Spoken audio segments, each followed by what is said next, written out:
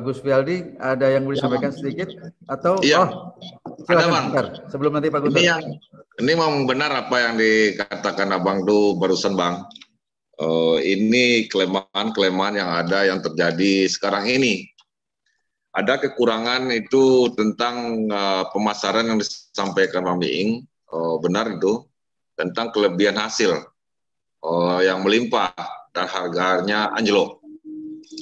Jadi saya selaku kepala desa itu Bang udah pernah jalan ke kabupaten, jalan ke provinsi untuk pengadaan alat Bang, alat untuk pengolahan jeruk. Bahkan nama ini minuman ini udah dibikin di kantor kami Pak Den. Itu namanya itu minuman Jerman Prescool. Itu namanya Pak. Keren. Jerman Prescool ya. Jerman Prescool. Jadi saya tuh punya cita-cita.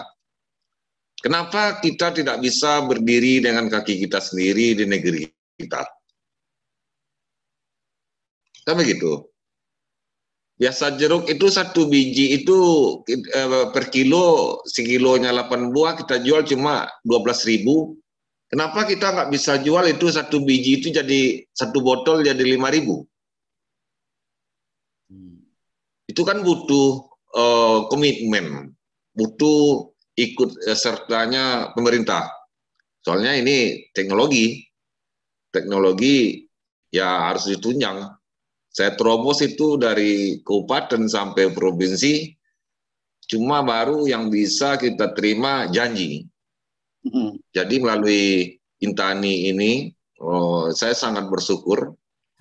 Saya bisa menyampaikan apa yang terjadi di bidang agrowisata yang telah kami bina, kami kerjakan secara bersama, hasilnya udah ada, harkat derajat kabupaten dan kecamatannya sudah terangkat, masyarakat kami makmur. Cuma di sini lemahnya itu Pak, lemahnya tentang pemasaran. Ini market kita juga menyerahkan itu seluruhnya dengan tidak adanya pungut-pungutan, itu kita serahkan kepada seluruh yang punya kebun masing-masing, tapi dengan aturan yang tetap dijaga sesuai komitmen bersama yang kita bangun. Jadi tentang masalah pemasaran ini masih juga kurang market, kami kurang di sana. Seterusnya tentang waktu hasil melimpah ini. Hasil melimpah itu kadang-kadang harga itu sampai 6.000 Pak per kilo. 6.000 paling rendah.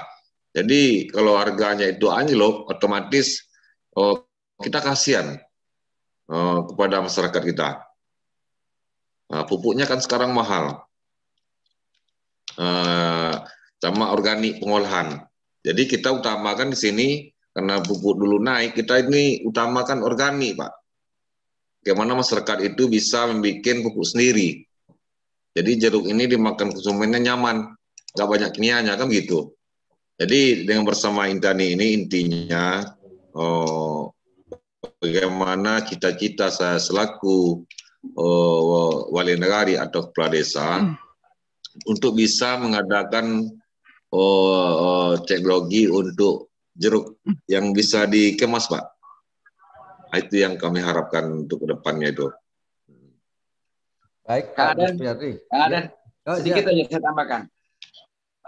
Pak Wali, saya kira saya tidak nanti kena delik aduan kalau saya ngomong misalnya kayak seolah-olah tidak percaya pada pemerintah di atasnya gitu loh. Nggak baik gitu. Tapi paling tidak mungkin jangan terlalu berharap tergantung misalnya ke kabupaten. Tidak mungkin di APBD-kan. Tidak mungkin ditolong oleh pemerintah daerah karena kalau APBD itu kan harus terencana anggarannya. Buat jejaring dengan pihak-pihak swasta. Kalau perlu dengan Intani bikin gathering gitu loh. Saya usulkan Kang Aden ke Pak Guntur nih. Intani sudah beberapa kali produksi kita setiap minggu ini muncul. Mungkin someday di tahun 2022 ini harus membuat sebuah gebrakan baru. Apa namanya? Intani Festival. Kumpulkan di Jakarta orang-orang seperti Pak Kades. Lalu di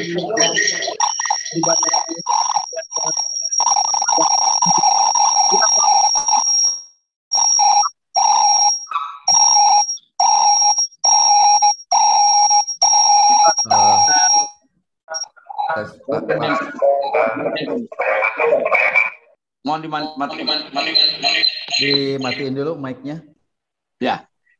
Mungkin semua orang-orang yang sudah berhasil tokoh semacam ini, tokoh daerah yang kita jadi satu, lalu kita dalam satu gathering, dalam satu festival dibuat oleh Intani agar apa? Agar investor ya dan pemerintah jangan hanya bercerita tentang bahwa berpihak kepada UMKM. Faktanya mana buktinya? Nah, dengan ini ya kalau kita sudah sodorkan demikian juga tidak direspon cukup baik, saya kira kita harus tetap menjalin kemandirian gitu. Saya tidak ingin ya mungkin pemerintah repot lagi membiayai pemindahan ibu kota juga duitnya mungkin tidak cukup untuk membantu orang-orang kecil gitu loh. Ini menjadi penting menurut saya. Jadi kalau bisa ini kita betul-betul ditawarkan kepada publik ya agar publik yang punya uang ikut gitu tadi. Seperti tadi. Sebab kayak jeruk Pak Wali ya, ini ada kasus ketika jeruk Pontianak mengapa menghilang dari popularitasnya. Ketika rusak ada program tata niaga di zaman Orde Baru. Masih ingat gak? Ya. Tata niaga jeruk selain tengkeh. Zaman Orde Baru. Itu pun rusak pasarnya. Sampai mereka protes, semua petani membabat semua pohon-pohon jeruk itu. Kan kasihan mereka. Saking apa? Frustasi. Sekarang bayangkan kalau harga jeruk menjadi 6.000, berapa modal produksinya? Boro-boro buat untung, buat nyekolin anak aja sulit misalnya. Sementara mereka sedang semangat-semangatnya dibangun oleh kepala desanya, oleh wali nagarinya. Nah kita pihak luar itu harus mengantisipasi tentang overload atau oversupply dari produk itu. Dan sangat mungkin nah ini strategi marketing dalam hal ini itu tidak bisa dibiarkan hanya kepada para petani Pak Kades, Pak Wali, nggak bisa Pak. Harus ada orang-orang yang punya pendidikan di bidang marketing, punya ilmu di bidang marketing itu juga ikut. Tadi dinas perdagangan ikut dong di sana. Gunakan, tidak minta fasilitas apa-apa, bahkan tidak minta anggaran mereka. Hanya minta orang-orang yang mengerti di bidang misalnya tadi pertanian turun tangan, karena rakyat yang mau bertani. Orang pariwisata turun tangan, karena bisa menjadi destinasi. Betul nggak Pak? Ya benar. Orang perdagangan turun juga, di dinas perdagangan di kabupatennya turun. Agar apa? Agar mereka dagangnya benar, punya strategi marketing yang benar. Betul kan? Ya, benar. Kehadiran pemerintah daerah tuh hadir di tengah-tengah masyarakat yang sudah punya keinginan. Jangan biarkan mereka berjalan sendiri. Sudah kita salut kepada Pak Wali Nagari. Jadi contoh, menjadi motor nih, menjadi lokomotif nih Pak Wali nih. Benar Bang. Ya. Menjadi lokomotif. Baik, itu Bang baru kita lanjut ke ini Pak Gutu sudah bergabung, mungkin ada sedikit yang disampaikan. Bang Miing. Ya Pak Salam. Gutu. Wali Nagari, Pak Gus Ya. Aldi. Maaf saya kemarin nggak bisa ikut Pak Saya Gutu. baru bergabung tadi paralel. Ya. Iya. Saya mohon kemarin nggak bisa ikut. Oh iya Bang Miing, waduh saya dengerin Bang Miing luar biasa memang. Itulah yang sangat inspiring dan juga beliau ini multi talenta Pak. Beliau ini adalah entertainer, artis, tapi juga beliau politisi dan beliau pebisnis. Jadi paham betul itu. Nggak semua orang punya keahlian yang ini gitu kan. Dan wawasannya sangat luas. Ini yang luar biasa dan tadi masukan-masukannya Bang Miing ini saya kira sangat tepat Pak. Itu apa yang harus dilakukan oleh desa dan juga pemerintah daerah bahkan sampai ke pusat. Saya juga yang sekarang ada di pemerintahan, saya pikir tidak boleh alergi terhadap masukan-masukan dan kritik yang sebetulnya memang itu faktual. Itu faktual dan ini perlu menjadi koreksi kita bersama. Pertama saya mengucapkan terima kasih Pak Wali Nagari, Gus Fialdi. Juga saya salam hormat nih buat Pak Wali Nagari, Gus Fialdi dan juga para wali nagari lain ini pada hadir kelihatannya dan para peserta webinar Intani edisi yang ke-55 ini. Hari ini mengulas tema yang sangat menarik dan pelakunya langsung pemuka atau tokoh atau pemimpin wilayah, yaitu kepala desa atau wali nagari. Ini yang luar biasa. Aspek strategis ini bisa dilakukan oleh kepala desa? Tentu ini lebih strategis ketimbang hanya masyarakat yang melakukannya. Karena apa? Tugas kepala desa adalah memang memimpin, menggerakkan, gitu kan, dan kemudian memberikan solusi bagaimana meningkatkan kesejahteraan masyarakatnya. jujur saja, kalau kita melihat jumlah desa yang ada sekarang 83.000 desa, itu mungkin 80-90%-nya itu relatif tidak mandiri, Pak. Artinya desa-desa ini tidak bisa hidup tanpa ada bantuan dari pusat, baik itu biaya anggaran desa maupun anggaran-anggaran lainnya. Hanya sedikit yang bisa mandiri. Nah, mungkin Nagari Andiang ini termasuk salah satu desa yang mulai mandiri atau menuju kemandirian. Ya. Bahkan beberapa pekan lalu saya berkunjung ke satu desa di Jawa Barat ini, tidak jauh dari ibu kota Jakarta. Mereka mendapatkan bantuan desa, bantuan anggaran desa itu dari pusat 1,2 miliar, 1,1 sekian. Tapi PAD-nya hanya 3 juta, Pak. 3 juta rupiah. Jadi pendapatan asli desanya itu hanya padesnya itu hanya 3 juta rupiah. Ini kan sangat jomplang. Apakah memang desa ini sangat-sangat miskin atau memang ada potensi-potensi yang belum digali secara optimal? Karena pada dasarnya desa ini memiliki potensi yang sangat besar. Nah, kami Intani hadir seperti yang tadi Bang Miing sampaikan, kita ingin turut berpartisipasi membantu atau mengkonekkan potensi-potensi yang ada di desa ini. Karena kami yakin bahwa membangun Indonesia saat ini dan ke depan bukan lagi membangun dari Jakarta atau dari kota-kota besar lainnya, tetapi bagaimana kita membangun desa-desa. Kalau kita membangun desa, yang menikmatinya itu langsung masyarakat di desa itu. Nah, kalau desa-desanya maju, kita ada 83.000 desa gitu ya, itu otomatis Indonesia akan maju. Dan fundamental ekonomi, ketahanan pangan, ketahanan sosial, bahkan keamanan pun itu akan terjadi sangat kuat ketika desa-desanya maju. Desanya tidak rentan terhadap masalah-masalah sosial dan ekonomi, bahkan politik. Juga desa-desa lebih bisa memiliki daya tahan yang kuat. Nah, pandemi COVID ini betul-betul membuktikan bahwa desa-desa yang memiliki kemandirian itu lebih tahan. Usaha-usaha kecil dan mikro yang ada di desa jauh lebih baik ketimbang usaha-usaha besar, gitu kan?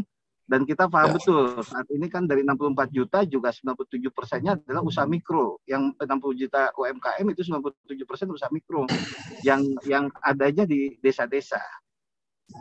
Nah, ada beberapa memang perhatian bagaimana pemerintah membantu desa. Cuma ini juga tentu tergantung kepada pemimpin desanya masing-masing.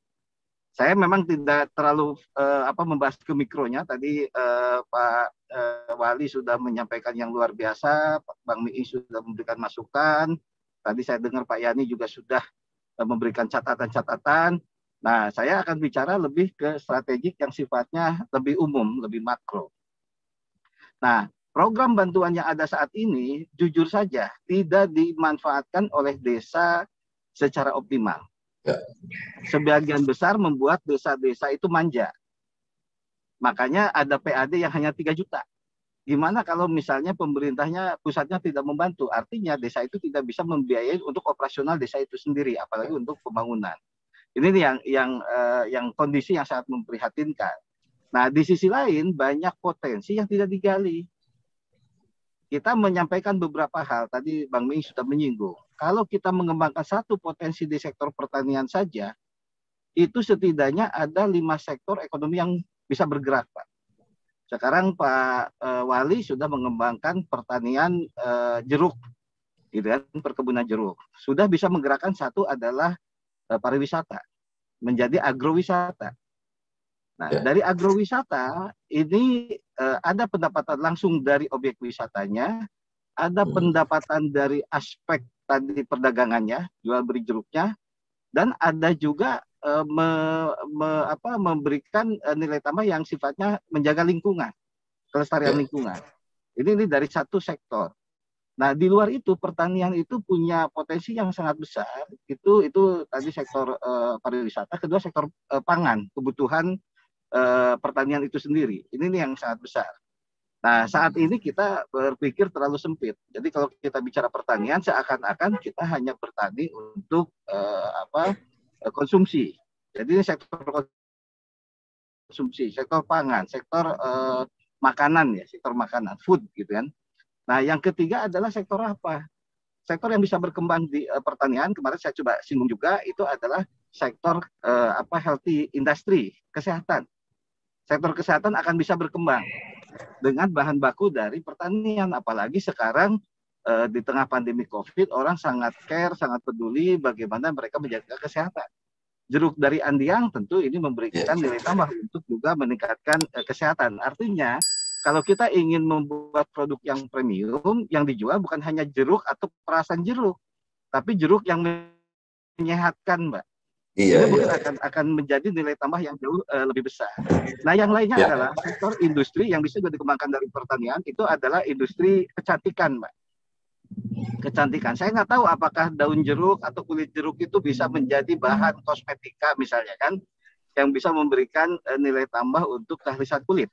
Ini pasti bisa dikembangkan sehingga ini bisa menjadi UKM-UKM yang ini. Nah, yang lainnya di sektor pertanian yang bisa berkembang itu adalah sektor energi. Sehingga ini bisa menjadi biomasa, bisa juga menjadi bahan bakar BBM ya, seperti biofuel, bisa juga hal-hal lainnya. Nah, dengan menggerakkan satu sektor saja di pertanian, sebenarnya kita sudah bisa menggerakkan 5 sektor ekonomi yang sangat strategis dan potensial. Nah, masing-masing sektor ekonomi bisa mencetak lapangan kerja dan mencetak lapangan kerja dan menyerap tenaga kerja. Bayangkan kalau di sektor pariwisatanya saja, berapa lapangan kerja yang bisa diserap di sana? Pak Kades, Pak Wali bisa menyiapkan homestay di situ, ya kan? Bagaimana rumah-rumah penduduk dengan bangunan khasnya, misalnya di Minang, gitu kan? Kemudian dengan tradisi masyarakatnya yang melakukan pendekatan kearifan lokal, ini mempunyai nilai ekonomi yang tinggi. Judulnya jualan jeruk, tapi bisnisnya bisa bisnis hotel di situ kan? Itu yang ini, atau bisa homestay dan lain-lain, itu kan? Itu. Nah, di sisi lain juga bisa mencetak UMKM baru. Nah, sekarang adalah bagaimana kita bisa mengembangkan sumber daya masyarakat yang ada di desa. Nah, problemnya adalah di sini. Pertama adalah mindset. Bagaimana mindset masyarakat, khususnya para generasi muda dan juga para orang tua, kalau menyekolahkan anaknya itu orientasinya tidak lagi untuk bekerja, katakanlah pegawai negeri atau bekerja sebagai karyawan biasa. Tapi bagaimana mereka dilatih untuk meng-create sesuatu yang bisa membangun desanya itu sendiri, yang bisa menggerakkan masyarakat lainnya, yang bisa meningkatkan pendapatan desa. Itu kan? Ini yang ini. Di Sumatera Barat punya satu nilai tambah yang tidak dimiliki kultur budaya masyarakat lain. Itu kan? Adalah apa? Mereka punya jiwa entrepreneurship yang lebih tinggi dibandingkan masyarakat lainnya. Itu kalau orang bersepeda, lomba sepeda, itu ada joke itu, Pak Wali. Kalau orang pakai lomba sepeda atau maraton gitu, lari maraton, pasti orang Minang ketinggalan, Pak. Gitu kan? Itu. Karena apa? Karena setiap ada perempatan dia berhenti dan analisis cocok nggak buat warung Padang. Nah, ini menunjukkan jiwanya, sense of business itu sangat kuat gitu kan. Itu. Jadi kalau ini nih, nah artinya potensi-potensi inilah yang sebenarnya harus coba kita kembangkan, tapi tidak mesti harus merantau. Nah, yang membedakan ini, orang Minang juga punya jiwa rantau yang tinggi. Nah, sekarang bagaimana desa dibangun dan merantau itu seperti saudagar zaman dulu.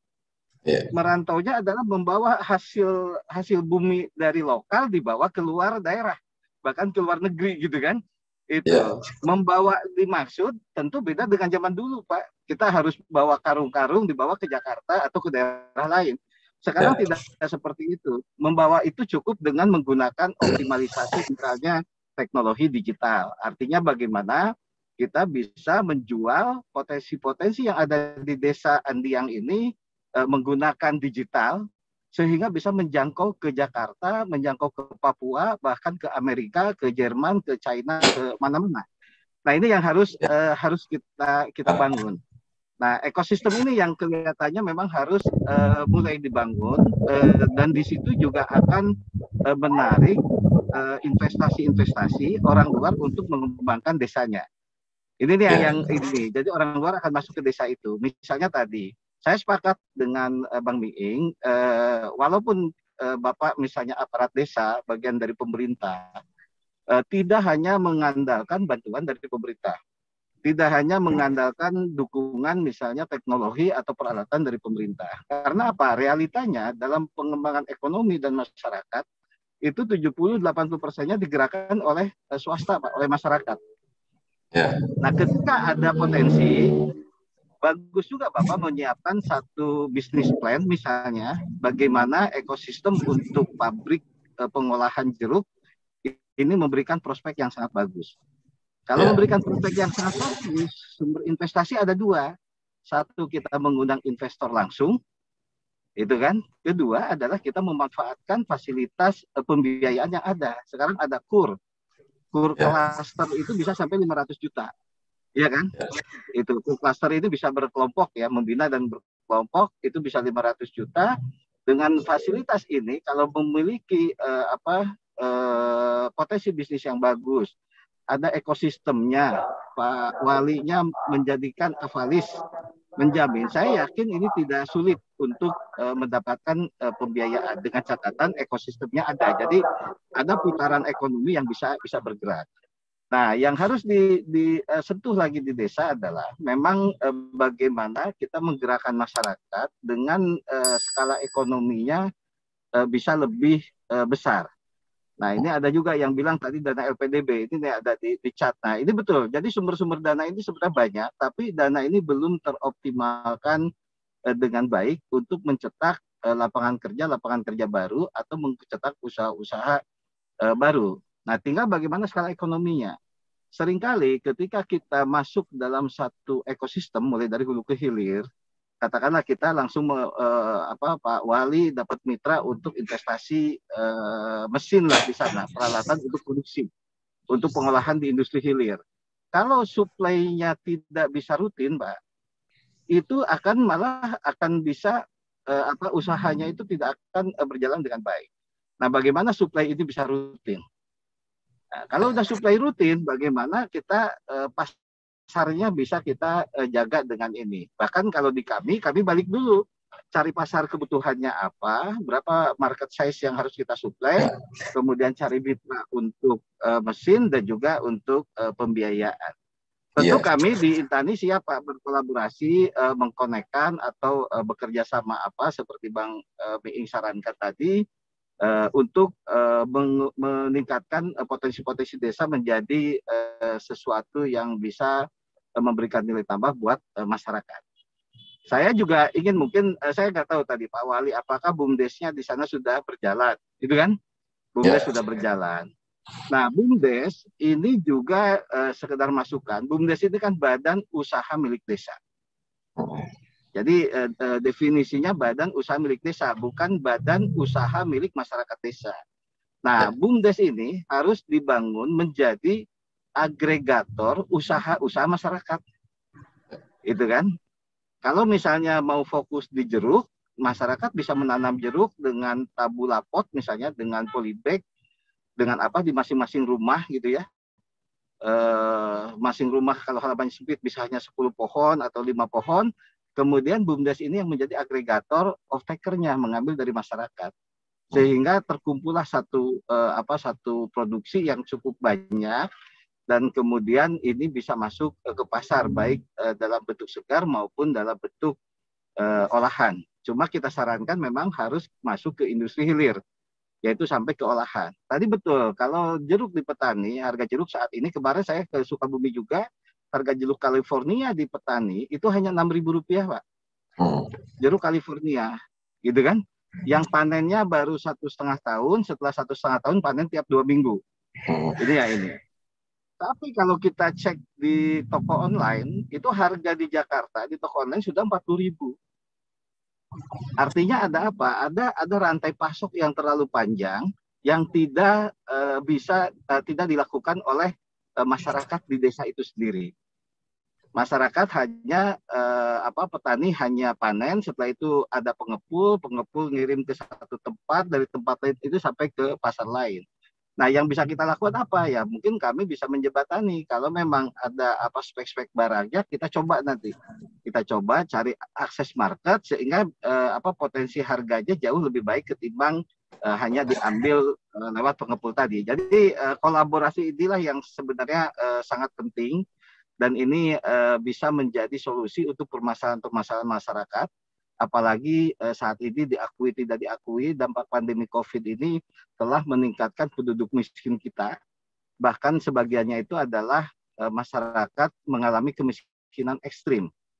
Nah, ini sekarang sudah penduduk miskin kita sudah di atas 2 digit sekarang, di atas 10%. Jadi ini yang sangat memprihatinkan.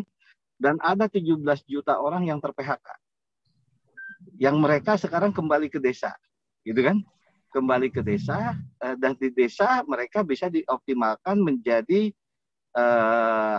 sesuai keahliannya untuk mengembangkan potensi-potensi desa. Ada yang bekas marketing bisa memasarkan potensi desa.